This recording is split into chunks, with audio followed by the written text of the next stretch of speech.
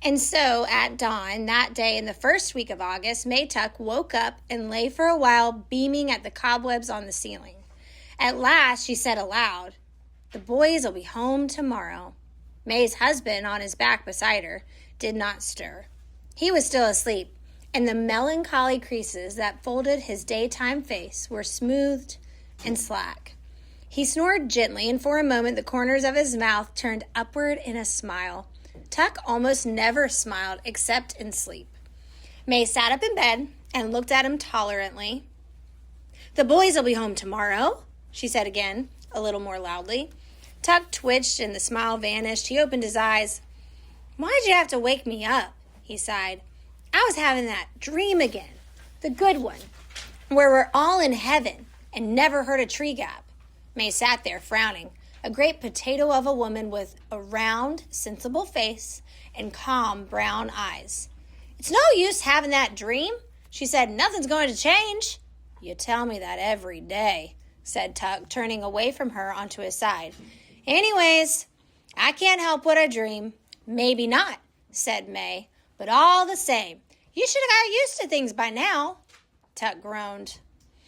"I'm going back to sleep," he said. "Not me," said May. "I'm going to take the horse and go down to the wood to meet them." "Meet who?" "The boys, Tuck. Our sons. I'm going to ride down to meet them."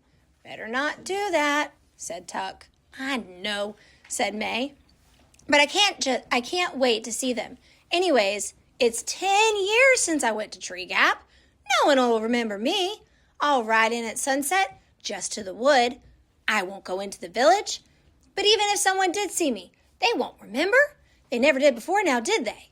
"Suit yourself, then," said Tuck into his pillow. "I'm going back to sleep." May Tuck climbed out of the bed and began to dress.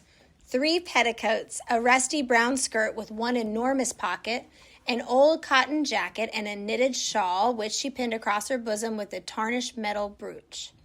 The sounds of her dressing were so familiar to Tuck that he could say, without opening his eyes, "You don't need that shawl in the middle of the summer." May ignored this observation. Instead, she said, "Will you be all right? We won't get back till late tomorrow." Tuck rolled over and made a rueful face at her. "What in the world could possibly happen to me?" "That's so," said May. "I keep forgetting." "I don't," said Tuck. "Have a nice time." And in a moment, he was asleep again. May sat on the edge of the bed and pulled on a pair of short leather boots, so thin and soft with age, it was a wonder they held together. Then she stood and took from the washstand beside the bed a little square-shaped object, a music box painted with roses and lilies of the valley. It was the one pretty thing she owned, and she never went anywhere without it. Her fingers strayed to the winding key on its bottom, but glancing at the sleeping Tuck, she shook her head, gave the box a little pat, and dropped it into her pocket.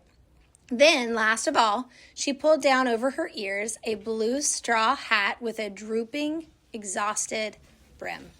But before she put on the hat, she brushed her gray-brown hair and wound it into a bun at the back of her neck. She did this quickly and skillfully, without a single glance in the mirror. May Tuck didn't need a mirror, though she had one propped up on the washstand. She knew very well what she would see in it. Her reflection had long since ceased to interest her, for May Tuck and her husband, and Miles and Jessie too, had all looked exactly the same for 87 years.